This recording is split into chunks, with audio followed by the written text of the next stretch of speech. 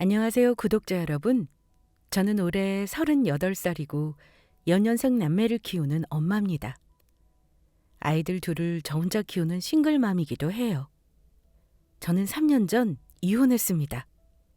당연한 말이지만 전 남편에게 아이들 양육비를 받고 있고 면접 교섭도 한 달에 한 번은 해주고 있습니다. 아이들이 아직 어리다 보니 제가 남편이 싫어도 아이들에게는 어쨌든 아빠니까요. 아빠로서의 책임은 해야 한다는 게 저의 생각이라서요. 저만 생각하면 솔직히 한 달에 한 번이고 뭐고 꼴 보기 싫죠. 웬만하면 아이가 둘씩이나 있는 엄마가 이혼까지는 마음먹지 않을 겁니다. 남편이 곧 죽어도 내 편만 들어줬다면 보기 싫은 시모와 안 보고 살면 그만일 수도 있었어요. 하지만 두 모자의 시커먼 속내를 뜻하지 않은 계기로 알게 된 저는 도저히 그 집안에서 며느리로 살 수 없었습니다. 사실 저는 결혼할 때도 쉽지는 않았습니다. 시어머니가 저랑 남편이 궁합이 안 좋다고 엄청 반대하셨거든요. 그때 저더러 뭐라 하셨냐면요. 너랑 결혼하면 우리 아들이 기도 못 펴고 살다가 결국은 혼자 될 팔자란다. 다른 건 몰라도 네가 남자 극하는 사주는 확실하대. 내가 미쳤다고 내 아들 호라비 만들 여자를 며느리로 들이겠니? 응? 쟤랑 결혼하면 우리 집안 다 풍비박산 난다고 했어. 절대 안 된다. 내 눈에 흙이 들어가도 너는 우리 아들 짝으로는 안 돼.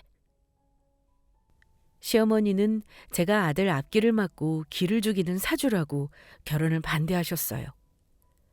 그런데 친정엄마가 집을 해주시겠다는 말에 반대가 쏙 들어갔습니다.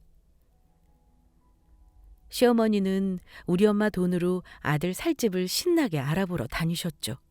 불과 결혼 허락받으러 인사하러 갔을 때만 해도 절대 결혼하는 꼴은 못 본다고 하시던 분이 친정엄마가 집 해준다는 말을 듣자마자 180도로 태도를 바꾸시더군요. 이런 면만 봐도 우리 시어머니가 어떤 사람인지 대충 짐작이 가실 겁니다. 돈 앞에서는 마음이 약해져서는 바로 반대를 접으실 정도로 탐욕스러운 분입니다. 결혼 반대를 하실 때 헤어졌어야 하는 건데 저는 시어머니가 돈 때문에 무서운 짓까지 서슴지 않고 하는 사람인 줄은 정말 몰랐습니다.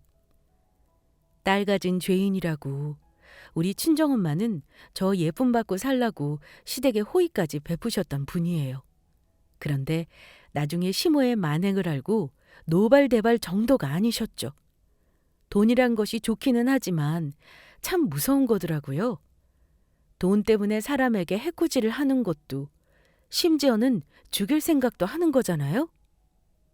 아무리 돈이 좋아도 인간성을 상실해서는 안 되는 건데 돈독이 올라 눈에 뵈는 게 없는 기막힌 행동을 실행에 옮긴 인간들이 저의 전 시어머니라는 사람과 전 남편 놈이었습니다. 한마디로 인간이길 포기한 짐승이라고 생각해요. 구독자분들은 만약 내가 가진 걸 빼앗기 위해 나와 가까운 사람이 내가 죽기를 기도하는 것도 모자라 실제로 저주를 하고 뭔가를 수작질을 했다면 어떤 기분이실 것 같나요? 아마 가까운 사람이라 해도 다시는 보고 싶지 않으실 것입니다. 게다가 그런 못된 일을 꾸미는 사람이 믿었던 가족이라는 것이 참 안타깝고 슬프고 화가 나네요. 저는 이날 이때까지 남에게 잘못한 거 없이 평범하게 살아온 사람이에요. 결혼 8년 차에 아이 둘. 남들 보기에는 귀여운 남매 키우는 남부러울 것 없는 가정이었습니다. 남편은 평범한 직장인이고 저는 아이들이 너무 어려서 육아에만 전념하는 전업주부로 살고 있었고요.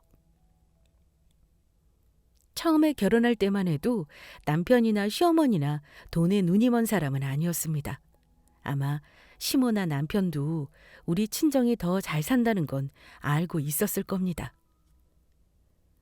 왜냐면 남편이 번 돈 시댁에 다 갖다 바치는 통에 결혼할 돈이 없다고 하자 엄마가 큰맘 먹고 집을 해주시겠다 한 거거든요.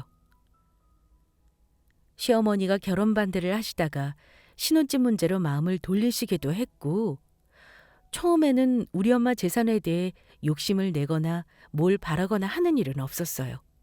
하지만 아이를 둘 낳고 가족으로 지내면서 점차 시댁에서도 차츰 변한 것 같아요. 시댁도 형편이 나쁜 집은 아니었는데 살면서 보니 우리 친정재산이 장난 아니구나 차츰 아시면서 남편도 자꾸 편하게 살고 싶어 하고 시댁에서도 은근히 바라는 게 많아지더라고요. 이혼하고 나서야 우리 친정엄마가 결혼 전부터 저에게 돈 자랑은 가족한테도 하는 게 아니라는 말씀을 자주 하신 게 무슨 뜻인지 알겠더라고요. 시댁에서 우리 친정엄마가 보통 재력가가 아니라는 걸 안 계기가 있긴 했습니다. 결혼하고 아마 1년쯤 지났을 때였을 겁니다. 뱃속에 큰애 출산이 몇 달 안 남았을 시기였는데 하필 시댁에 큰 우환이 한 번 있었어요. 시아버지가 지금은 그만두셨지만 그 당시만 해도 화물차 일을 하셨습니다. 그때 시아버지가 고속도로에서 큰 사고를 내셨는데 다행히 누가 사망을 하거나 인사사고가 나지는 않았지만 사고를 최대한 막으려 하시며 중앙분리대에 혼자 박으시며 차가 전복되는 바람에 차가 거의 반파되고 아버지도 크게 몸을 다친 일이 있었어요. 거의 1년 동안 병원 신세를 지셨고 억대의 화물차 할부를 고스란히 감당하셔야 했는데요. 시어머니는 아버지가 벌어오는 돈 말고는 수입이 없으셨던 데다가 우리 결혼시키느라 현금 여유가 없으셨습니다. 그야말로 비상이 걸렸죠. 있는 돈 없는 돈 다 끌어모아 아버지 수술 비용 대고 사고 수습을 하려고 정신없는 와중에 아버지가 정말 돌아가실 뻔하기도 했어요. 시어머니는 그때 궁합 나쁘다는 결혼 진행에서 이렇게 됐다고 제가 시아버지를 잡아먹기라도 했다는 듯한 눈길로 저를 노려보시더군요. 그때 알아봤어야 하는 건데 저는 시어머니가 너무 힘들어 저러시는구나 하는 안타까운 마음에 시아버지 사고 수습을 위해 친정엄마에게 도움을 청했습니다. 그때 친정엄마가 사정을 들으시고는 화물차 자녀 할부 금액을 전부 내주셨어요. 여윳돈까지 얹어서요. 그것도 현금 뭉치로 들고 오셔서는 남편에게 건네셨습니다. 김서방, 내가 소식 들었네. 바깥사돈 많이 다치셨다며? 지금은 좀 어떠신가? 괜찮으신가? 내가 일 때문에 병문안을 못 가서 자네 잠깐 들르라고 했어. 아버지가 아무래도 고생을 많이 하실 것 같아요, 장모님. 어머니도 너무 놀라셔서 아주 가슴을 쓸어내리셨지 뭡니까. 이제 아버지 회복하시면 일은 그만하셔야죠. 운전하는 일이 보통 힘든 게 아닌데 사실 너무 늦은 나이까지 일하시다가 사고 나신 것 같아서 제가 마음이 많이 안 좋네요. 차도 못 쓰게 됐다고 들었는데 차값이 만만치 않다며? 자, 이거 받게. 내가 도와줄 만한 게 이것뿐이니 거절 말고 아버지 도와드려, 김서방. 남편은 친정엄마가 건네는 돈 뭉치를 보고 놀라며 처음에는 사양했습니다. 하지만 돈 뭉치를 보고 마음이 동하지 않을 사람이 어디 있겠어요? 엄마가 몇 번 더 권유하니 못 이기는 척 남편은 그 돈을 받아들었습니다. 저 역시 엄마가 도와주고 싶다는 의지를 알고 있었으니 남편에게 받으라고 했어요. 장모님, 정말 감사합니다. 장모님 도움 덕분에 우리 아버지 어머니 큰 걱정 덜으실 것 같아요. 제가 앞으로 더 잘하겠습니다, 장모님. 근데 이렇게 큰 돈을 현금으로 주셔도 되는 건지 혹시 장모님 노후자금으로 주시는 건 아니죠? 그럼 제가 부담돼서 못 받을 것 같은데요. 다 줄만한 여유가 돼서 주는 거니까 그런 걱정 안 해도 되네. 어쨌든 도움이 된다고 하니 다행이구먼. 자네 어머님이 얼마나 속이 상하시겠나. 이런 말도 안 되는 사고를 당하실 줄은 정말 몰랐지 뭡니까. 아무튼 장모님 주신 돈으로 잘 수습해 보겠습니다. 엄마 도움 덕분에 시아버지는 큰 손해 보신 걸 메꾸셨습니다. 아무리 사돈이라지만 이런 우환 있다고 큰돈 선뜻 내놓는 게 어디 쉬운 일이겠습니까? 그런데 엄마가 돈은 이럴 때 쓰는 거라며 도와주신 겁니다. 그것도 갚으라는 말도 안 하신 거니 사실상 그냥 주신 거죠. 그때 시어머니가 저에게 보이던 표독스러운 눈길을 거두시더라고요. 당연히 친정엄마에게 고맙다는 인사도 하셨고요. 처음에는 너무 고맙고 감사하다고 시댁 식구들이 저만 보면 어쩔 줄을 몰라 하더군요. 엄마 덕분에 돈 들어가는 문제를 수습하고 나니까 어머니는 마음이 한결 편해지셨는지 아버지가 회복되지 않은 상황에서도 얼굴이 한결 가벼워 보였습니다. 그러다 한 번은 시어머니가 이런 말씀을 하시더라고요. 예, 어미야.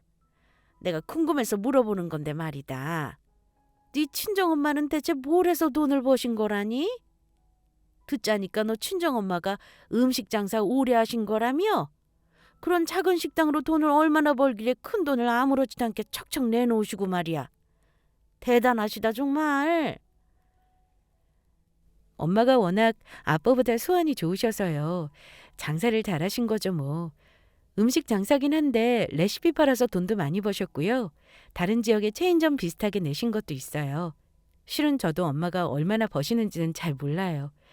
그냥 먹고 살만하고 남한테 빚 안 지고 살고 가족끼리 어려울 때 도와줄 능력 있으신 거죠 뭐. 그래도 그런 큰 돈을 턱턱 내놓는 건 보면은 보통 돈이 많으신 게 아니야. 내가 딱 알아봤다. 아유, 내가 이럴 줄 알았으면 너 결혼할 때 반대하지 말걸. 그깟 궁합이 뭐라고 반대해서 집 2채 받을 걸 한 채만 받은 거 아닌가 모르겠다. 안 그러니? 내가 너 결혼 반대한 일 말이야. 감정만 안 상하셨으면 더 해주셨을지도 모르는 일 아니냐. 혹시 네 친정엄마 아직도 내가 너 반대한 거 가지고 마음에 두거나 하신 건 아니지? 아, 그럴 리가요. 그러시면 이번에 아버지 사고 당하시고 어려우실 때 도와주셨겠어요? 그렇겠지? 그 나이에 큰 돈 버는 건 다 이유가 있구나 싶네. 어쨌든 네 말들이니 예전에 너 서운하게 한 건 다 지난 일이 됐다 싶네. 친정엄마가 워낙 여장부 같은 분이라 아마 과거에 내가 결혼 반대하신 건 다 이해하신 것 같아 다행이구나. 지금은 다 지나간 일이니까 너도 더는 서운해하지 말어. 어느 엄마든 아들 잘 되길 바라면 다 나처럼 했을 거다. 시어머니는 결혼 반대하셨던 것이 마음에 걸리셨는지 저리 말씀을 하시면서 괜히 반대했다며 후회를 하셨습니다. 솔직히 말해서 저는 어머니가 저 결혼 반대한 이유가 황당할 따름입니다. 처음에 말씀드렸듯이 결혼 전에 제 생년월일을 달라고 하시더니만 궁합 안 좋다고 엄청 반대하셨거든요. 옛날 분들은 그런 거 은근히 중요하게 생각하시는 분들이니 꽤나 있긴 하죠. 물론 저는 사주니 궁합이니 저는 그런 거 믿지도 않고요. 하지만 누군가에게는 인생 중대사를 결정할 만큼 중요한 일일 수도 있나 봐요.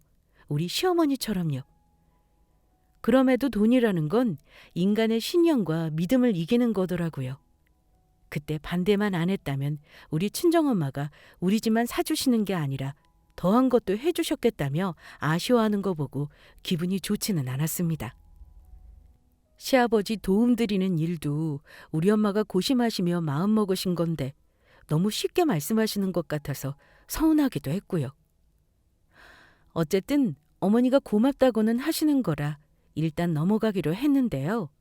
그때 시어머니가 저에게 가지고 있으라며 뭔가를 건네셨습니다. 아참! 예, 이거 받아라. 이거 부적이다. 올해 네 시아버지 사고 나고 아무래도 우리 집에 자꾸 마가 끼는 것 같아서 말이야. 나 잘 가는 점집 가서 부적 좀 했어. 이건 네 신랑 지갑에다가 잘 넣어놨다가 음력으로 내년 새해 되기 전에 태워라. 그리고 이건 네가 가지고 다녀. 네가 남편 누르는 기운 있는 거 알지? 그거 풀어주는 부적이야. 결혼하고 매년 어머니는 남편에게 어디에 좋다는 부적을 챙겨주시곤 했는데 그때는 웬일로 저도 챙겨주시더라고요. 출산 무사히 하게 해주는 부적이라나요? 저희 시어머니는 결혼 전부터 미신 같은 걸 많이 믿으시는 편이긴 했어요. 점집도 자주 다니시는 편이고 그런 걸 많이 신봉하시는 편이세요.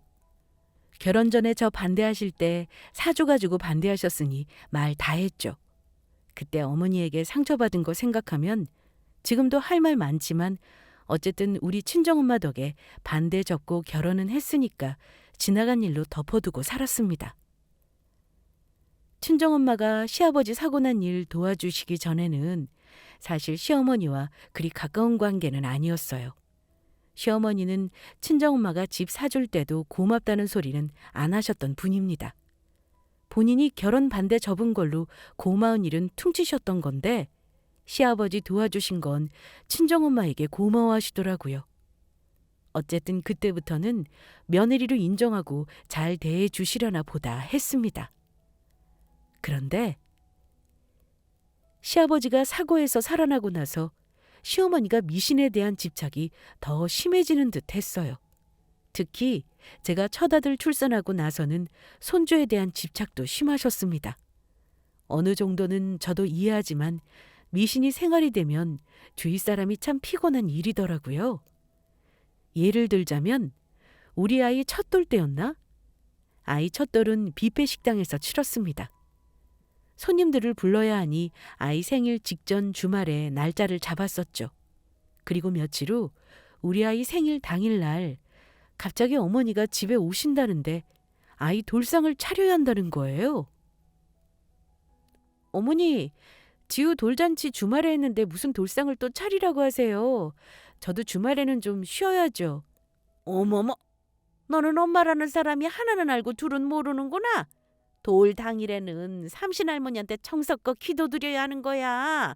그래야 아이가 별탈 없이 건강하게 크는 거다. 아이한테 좋다는 거니 어쩌나요. 저도 엄마이다 보니 아이 위한다는 미신은 어쩔 수 없이 따르게 되더라고요. 첫애뿐만 아니라 둘째 때도 마찬가지였어요. 하지만 이 정도 미신은 귀여운 수준이었습니다. 저희 집에 해마다 이상한 부적을 바꿔다 붙이라고 하시는 것도 그렇고 가끔 저희 집에 와서 살림을 둘러보시고는 별 이상한 소리를 다 하셨습니다. 예, 옷을 개어 놓을 때는 저렇게 네 옷을 남편 위에다가 해놓으면 안 되는 거야. 그럼 남자가 여자한테 기를 못 펴고 살아? 가뜩이나 너 사주가 남자 기 누르는 사주인데 매사에 신경 또 신경 써야지 이게 뭐니? 어머니도 참 옷개는 순서까지 제가 애들 보면서 어찌 신경을 써요. 저 그런 말은 처음 들어봐요. 정말이라니까 그러네. 옛날부터 어른들이 하는 말은 다 이유가 있는 거야. 그러니 너도 내가 하는 말 허투루 듣지 말고 신경 써라. 내가 다음에 와서 또 들여다볼 거야. 저는 미신을 안 믿는다고 해도 어머니가 다음에 와서 들여다본다는 말이 무서워서 어쩔 수 없이 하게 되더라고요.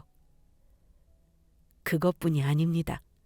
포크랑 젓가락을 같이 두면 남편 일이 안 된다던가 애들 옷은 저녁에 널어두면 귀신이 붙는다던가 하는 별별 이상한 미신이 셀 수도 없이 많아요. 한 번은 또 집안 제사 앞두고는 상가집 가면 안 된답니다. 하필 저 친한 친구가 부모님 상을 당하셨는데 제가 상가집 다녀오겠다고 아이를 봐달라 하니 어머니가 하시는 말씀이요. 내일 모레 제사인데 문상을 가면 어쩌니? 원래는 안 되는 거야. 제일 친한 친구 부모님 상인데 당연히 가야죠. 제사랑 문상이랑 무슨 상관이에요. 아유, 너는 시험이 말 안 듣다가 나중에 큰일 한번 나야 정신 차리지. 일단 가서 절대 절은 하지 말어. 그리고 집에 오기 전에 사람 많은데 들렀다 오고 꼭 소변 보고 와라. 저 들어오기 전에 전화라고 하시더니만 소금을 막 뿌리시더라고요. 이 밖에도 뭐 많았죠. 하지만 다른 건 적당히 넘어가도 미신 지키자고 사람들이 못하게 하는 건 진짜 곤란했습니다. 무서운 건 어머니는 그것들을 지키지 않으면 반드시 안 좋은 일이 일어난다고 믿으신다는 거였습니다. 집안이 안 좋은 일이 일어난 것도 당신의 액땜을 그 해에 안 하셨다면서 두고두고 얘기를 하시는 겁니다. 어머니 때문에 일상이 피곤했죠. 남편과도 종종 싸우는 일도 있었어요.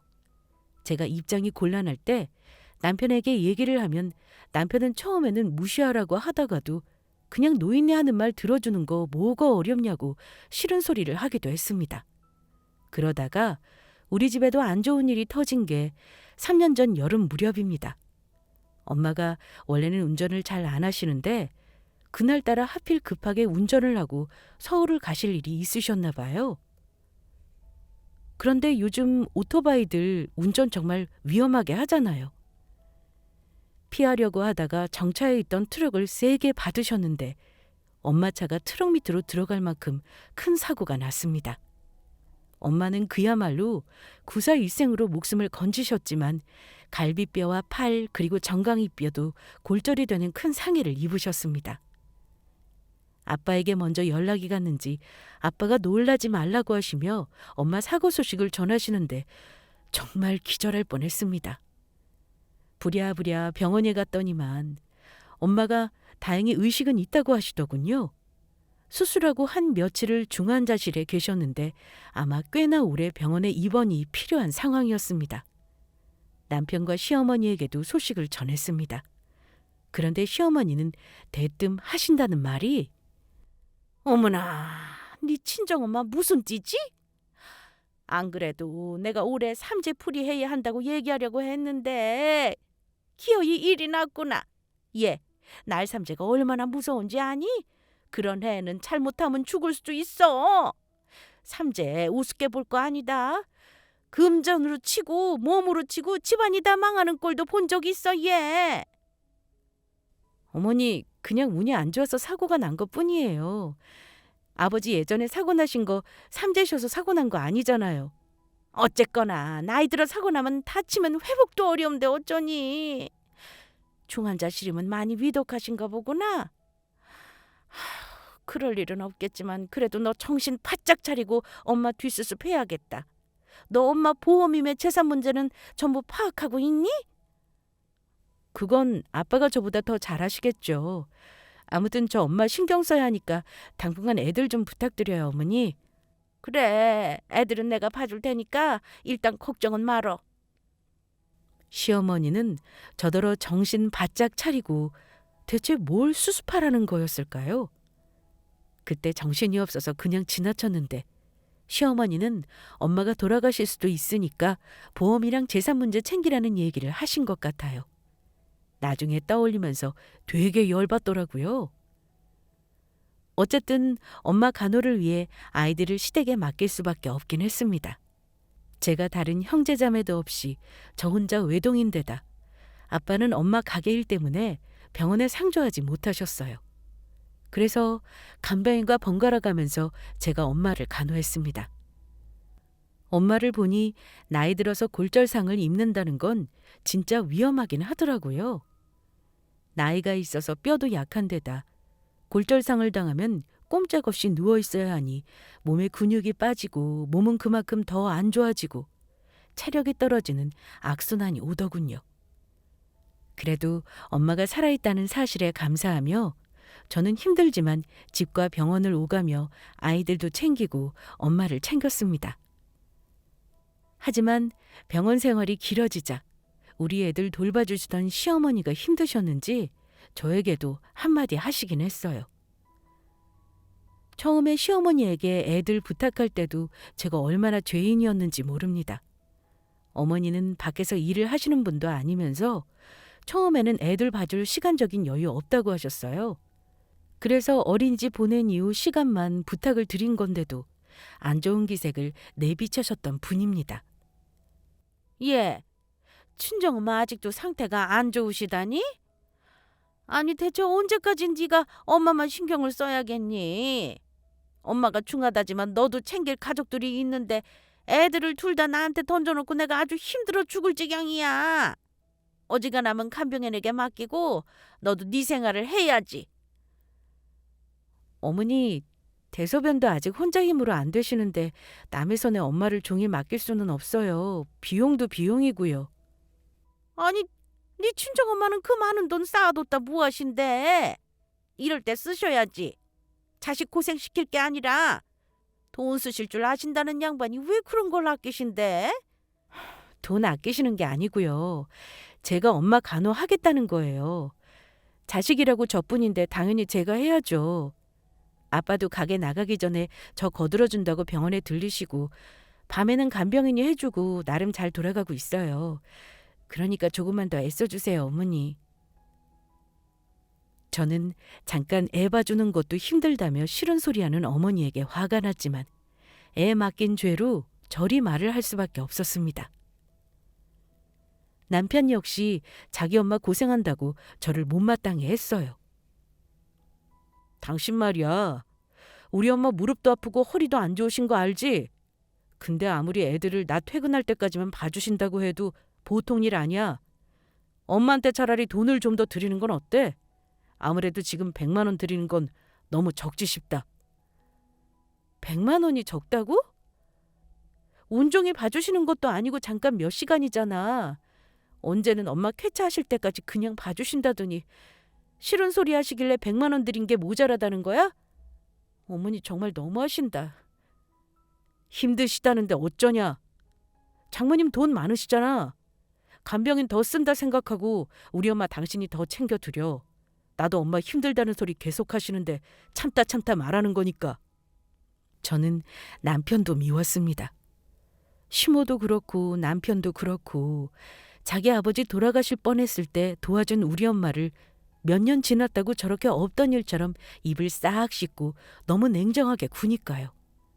남편은 우리 엄마한테 자기 입으로 앞으로 잘하겠다고 한 인간인데 제가 장모에게만 신경 쓴다고 볼멘 소리를 하기도 했습니다. 병원에 온 적도 별로 없어요. 시어머니가 장모 병원에 다녀오라고 할 때만 몇 번 온 게 다입니다.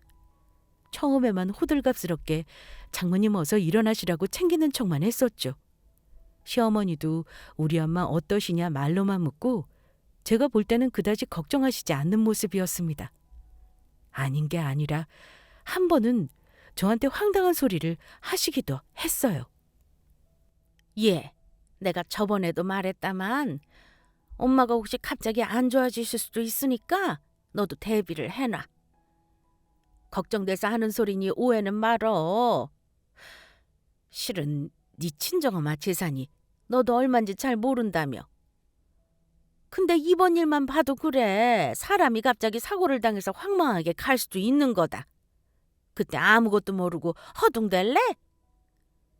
네 친정엄마 지금 가게랑 집이랑 혹시 다른 부동산이나 재산 같은 거 딸인 네가 당연히 다 알고 있어야지. 근데 네 엄마는 더 나빠지진 않고 괜찮으신 거니?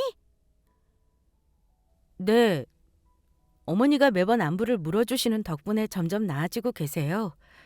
그리고 재산 문제는 친정엄마가 어련히 알아서 해놓으셨겠죠. 어머니가 신경 쓰실 일은 아니니까 걱정 마세요.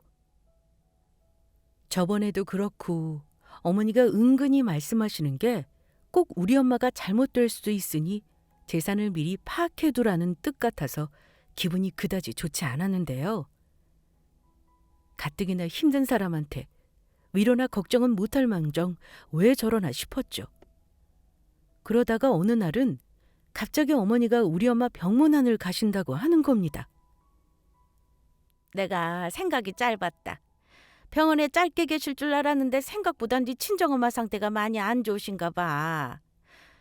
중환자실에서 나오셨다니까 내가 병문안 가서 쾌차 기원해야지. 안 되겠다. 그래야 너도 얼른 엄마 간호하는 일 해방될 거 아니냐.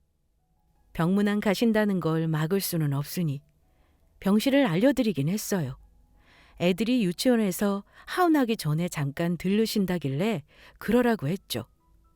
그날 오전에 아빠가 잠깐 병원에 들르셨다가 돌아가시고 어머니가 점심때쯤 오셨더라고요. 엄마는 한 달 정도 병원에 계시는 동안 예전과 달리 살도 많이 내린 상태셨습니다. 그래도 처음 사고 날 때보다는 많이 좋아지시긴 했어요.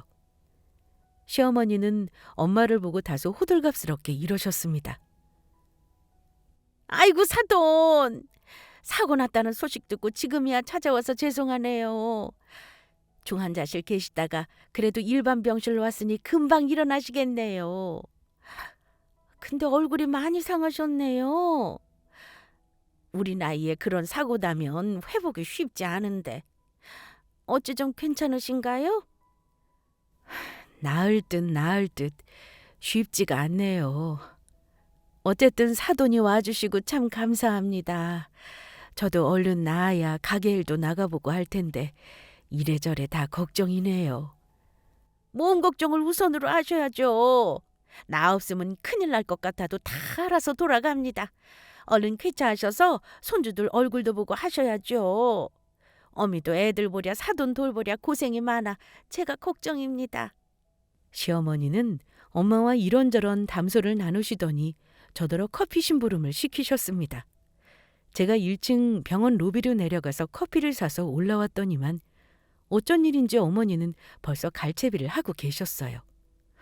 어머니 벌써 가시게요? 커피 사오러 하셔서 사왔는데요. 한 잔 드시고 가시지 않고요? 아이고 아니다. 생각해보니 애들 유치원 데리러 가기 전에 들릴 때가 있어. 아무튼 사돈 얼른 회복하시기 바랍니다. 저는 이만 가볼게요. 어머니는 뭔가에 쫓기듯 뭔가 다급하게 병실을 나가셨는데 왜 저러시나 싶었죠. 엄마, 어머니랑 별다른 얘기는 안 했어요? 왜 저리 급히 가신대? 글쎄다. 너 커피 사러 가고 나서는 사돈이 여기저기 열고 닫고 내 병원 살림을 살피더니만은 그냥 너 오니까 간다 그러는구나. 참 실없는 양반이야. 암튼 엄마도 서운할 뻔했는데 이렇게 와서 괜찮냐고 물어봐 주니까 서운한 마음은 좀 가셨다. 엄마는 그리 말씀하시며 자리에 누우셨는데요. 그만 그때 소변줄이 빠져버렸습니다. 엄마가 다리 골절 때문에 소변줄을 꽂고 계셨거든요. 침대 시트가 적셔지는 바람에 어쩔 수 없이 시트를 하나 얻어와 엄마 침대 시트를 걷었을 때였어요. 적셔진 침대 시트를 걷는 순간 뭐가 툭 하고 떨어지는 겁니다. 저는 떨어진 물건을 보자마자 알았어요. 그건 부적이었습니다. 꽁꽁 접어 빨간 주머니에 넣은 부적이었죠. 좀 의아한 생각이 들었어요. 나는 이런 부적을 넣은 적이 없는데 뭘까 싶었죠. 그것도 우리 엄마 침대 밑에서 나왔다는 게 이상했는데 문득 시어머니가 우리 엄마 쾌차를 기원해야겠다는 말이 퍼뜩 떠오르더라고요. 아, 우리 어머니가 친정엄마 빨리 나으시라고 몰래 부적을 넣어놓고 가셨구나 싶어 피식 웃음이 나오더라고요. 우리가 알면 효험 떨어질까봐 그러신 거겠지 하고 시트 밑에 다시 넣으려다가 엄마에게 부적을 보여드렸습니다. 엄마도 사돈 여전하시네 하시며 웃으셨어요. 그런데 주머니를 열어보던 엄마가 표정이 좀 안 좋아지시더라고요.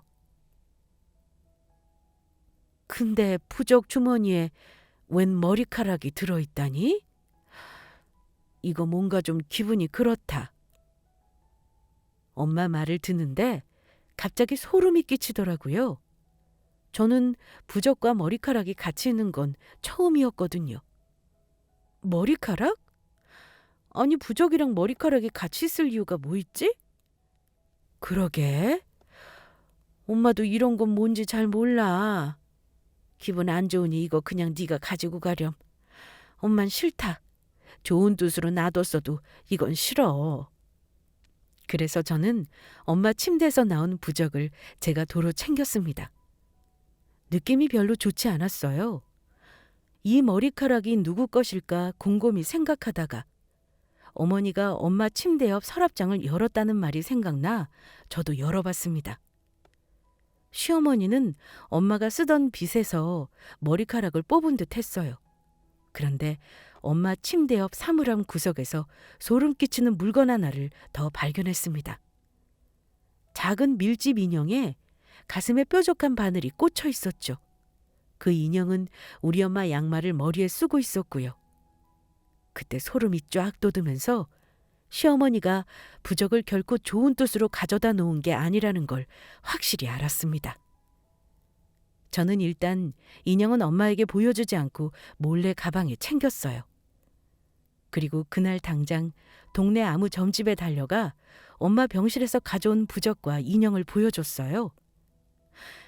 이게 대체 뭔지 자세히 알려주시겠어요? 그런데 부적과 인형을 본 무당이 바로 한다는 말이, 요즘 이런 걸 써주는 못돼 먹은 무당이 있나? 세상에, 아주 누구 죽이려고 작정을 하고 저주를 했구먼.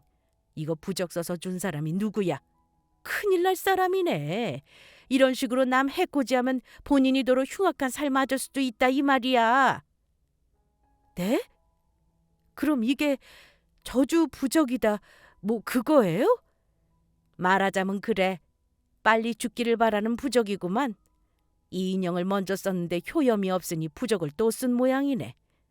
대체 무슨 원한이 있어서 이런 부적을 쓴 건가? 일단 이 부적은 내가 처리해 줄 테니까 돈 10만 원만 주고 가. 기도하면서 다 태워버릴 테니. 저는 부적을 쓴 사람이 차마 시어머니라고 말을 할 수가 없었습니다. 그리고 너무 크게 충격을 받았어요. 종종 어머니가 우리 엄마 괜찮냐 물어보셨던 건 정말 괜찮은지 궁금해서가 아니라 죽을 기색이 보이는지 궁금해서 물어보신 거구나 싶었습니다. 모르긴 몰라도 아마 소름 끼치는 밀집 인형은 남편이 엄마가 시켜서 미리 가져다 놓았을 겁니다. 제 눈에는 뻔히 보였어요. 저는 생각하고 자시고 할 것도 없이 바로 시댁으로 갔습니다. 그리고 남편도 시댁으로 오라고 했어요. 아이들을 제가 먼저 하원시켜 친정아빠에게 부탁했고요. 씩씩거리며 시댁에 갔더니만 어머니가 마침 남편과 무슨 얘기를 신나게 하고 있더라고요. 시모는 제가 왔는지도 모르다가 깜짝 놀라더군요. 제가 놀라는 시어머니와 남편에게 먼저 말했습니다. 둘이 우리 엄마 빨리 죽으라고 작당 모의를 하나 보네요? 왜요? 부적으로 빨리 안 죽을 것 같아서 다음 단계 의논해 보려고요? 인형에 칼 꽂을 게 아니라 그냥 사람 배에다 꽂지 그래요? 그래가지고 우리 엄마 빨리 죽겠어요? 어머나, 너는 기척도 없이 갑자기 무슨 뚱딴지 같은 말이니? 흉측하게 칼은 또 뭐고? 여보, 그게 무슨 말도 안 되는 소리야. 갑자기 왜 화를 내고 그래? 오늘 우리 어머니가 장모님 병문안도 갔었다며. 참 연기들 잘하시네. 당신이 우리 엄마 병원 와서 어머니가 시킨 대로 밀집 재홍인지 뭔지 인형 놓고 간 거 내가 모를 줄 아니? 구석에다가 아주 잘도 숨겨놨더라. 그리고 어머니가 오늘 오셔서 부적 놓고 가셨잖아요. 아주 보통 부적이 아니라서 돈 좀 쓰셨을 것 같던데요. 맞죠? 그러자 어머니는 뜨끔하는 표정이셨고 남편은 안절부절 못하며 자기 엄마 눈치를 살피더군요. 그거 내가 네 친정엄마 얼른 나으시라고 부적 좀 썼다. 알면서 그래. 네 엄마 침대 밑에 넣어드렸는데 넌 대체 어찌 찾은 거니? 시트 갈다가 우연히 발견했어요. 근데 뭐라고요? 우리 엄마 쾌차라는 부적이라뇨. 어머니 거짓말 좀 작작하세요. 제가 지금 다른 접집 가서 무슨 부적인지 전부 알아보고 왔다고요. 우리 엄마 죽이는 부적이잖아요. 대체 어머니 왜 그러셨어요? 우리 엄마 죽기 바란 거 대체 이유가 뭐냐고요? 당신은 뭐야? 우리 엄마가 당신 아버지 죽다 살아났을 때 도와준 거 잊었어? 여보, 일단 진정해. 나는 엄마가 그런 의도로 준 줄 정말 몰랐다. 그거 넣어놓으면 빨리 나으신다길래 그냥 들어드린 거야. 우리 엄마 미신 믿는 거 그거 아무 효험 없는 줄 알고 그냥 엄마 마음 편하게 해드리자고 한 거라니까? 웃기지 마. 내가 바보냐? 당신 그런 인형이 좋은 의도로 쓰이는 거 봤어? 거짓말을 하려면 제대로 해. 어머니, 정말 무섭네요. 저 어머니가 왜 이런 몹쓸 짓 한 건지 대충 짐작은 해요. 저한테 자꾸 우리 엄마 재산 얘기하실 때부터 기분이 안 좋더니만 우리 엄마 빨리 죽으면 그 재산 어머니 아들한테 일부라도 갈 줄 알았나 봐요. 근데 앞으로 그럴 일은 없겠네요. 우리 엄마는 오래오래 사실 거고 저는 어머니 아들이랑 이혼할 거니까요. 어머 얘! 무슨 내가 네 엄마를 죽이는 부적을 썼다 그래? 내가 부적 쓴 점집 나랑 같이 가보자. 내가 확인시켜주마. 네, 좋아요, 어머니. 같이 가보시죠, 뭐. 기왕 가시는 거 제가 다녀온 점집에도 가보시죠. 일단 앞장서세요. 하지만 어머니는 우물쭈물하시며 앞장서지 못하셨어요. 뻔하죠. 자기 무덤 파는 짓인 거 뻔히 알 테니까요. 못 가시겠죠? 본인이 얼마나 끔찍하고 무서운 짓 했는지 남한테 들어야 정신을 차리실 텐데. 저요, 오늘 이후로 이 집에 안 옵니다. 며느리 사표 낼게요. 조만간에 이혼소장 날려줄 테니까 어디 한번 두고 보시자고요. 당신은 그동안 내 위자료나 두둑히 준비해놔야 할 거야. 애들은 내가 키울 거고 당신하고는 오늘로써 끝이야, 끝. 나는 내 가족 죽이려는 집구석에는 한시도 가족이라는 이름으로 남기 싫어. 두 사람도 정신 차리세요. 어머니는 미신 믿는 분이 남 해코지하면 몇 배로 돌려받는다는 거 몰라요? 저는 그 말을 마지막으로 시댁에서 나왔습니다. 집은 비번 바꾸고 잠시 비워놓았어요. 아이들과 친정으로 와서 엄마가 다 회복하실 때까지 아빠가 애들 보느라 고생을 좀 하셨네요. 남편은 그날 이후 친정에 찾아와 손이 발휘되도록 빌었지만 사정을 다 들은 우리 아빠는 용서할 수 없다 하셨습니다. 제가 이혼하겠다는데 어찌 말리겠냐는 말을 하시며 부부 인연을 끝내라고 하셨어요. 저는 이혼 소송 알아보느라 정신없이 바쁘게 지냈죠. 변호사 사무실에서 엄청 황당해 하더라고요.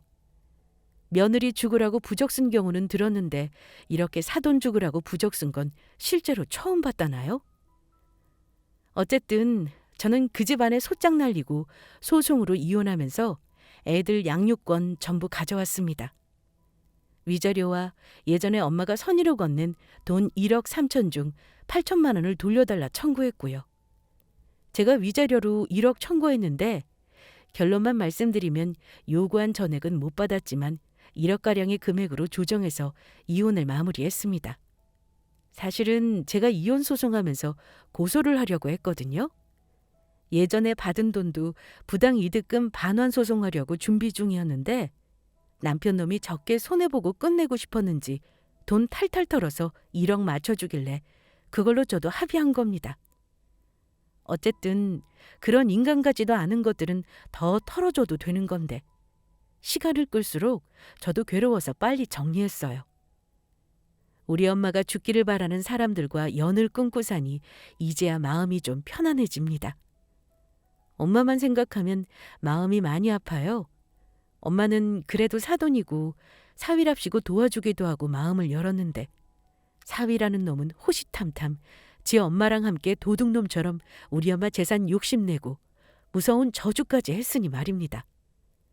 나중에 엄마가 회복하시고 사정을 들으시고는 얼마나 노발대발 하셨는지 몰라요. 제가 애들 때문에 이혼 결심하고 나서도 마음이 너무 힘들었던 게 사실입니다. 겉으로는 이혼하자고 먼저 큰소리치고 어쩌고 했어도 당연히 이혼한 이후 삶이 저 역시 두려웠습니다. 그때 친정엄마의 지지가 정말 정신적으로 큰 도움이 되더라고요. 주연아, 너 이혼하는 거 아무 걱정할 거 없다. 네가 부모가 없어 집이 없어? 그깟 남편 없어도 충분히 애들 둘 잘 키울 수 있어. 엄마는 내 손주들이 그런 소름 끼치는 인간들 속을해서 가족이랍시고 얼굴 보고 뭘 배울까 걱정이다. 나원, 내가 어디 가서 이런 일 당했다고 창피해서 말도 못해. 나랑 엄마한테 이런 짓 할 정도면 나중에 살면서 무슨 짓을 할지 모르는 거겠지? 엄마, 나야말로 어디 가서 우리 시댁 얘기 못해. 다른 사람들이 시집살이 고되다고 시모욕하는 거 아무리 봤어도 나 같은 경우는 없더라. 내가 너 잘 살라고 네 시댁에 얼마나 마음을 썼는데 은혜를 원수로 갚아도 유분수지. 사람 같지도 않는 것들. 그런 것들한테 내가 복수하자고 똑같이 하면 나도 별 수 없는 인간 아니겠니? 엄마가 소송 비용 다 대줄 테니까 애들 양육권, 친권 네가 가져오고 다른 것도 최대한 네 쪽에 유리하게 만들어보자. 이혼해서 네가 그 집보다 잘 사는 게 최고의 복수다. 앞으로는 아이들 잘 키우고 사는 일만 남았겠죠? 모쪼록 응원의 댓글 많이 부탁드리며 저의 이혼 사연은 여기서 마무리하겠습니다.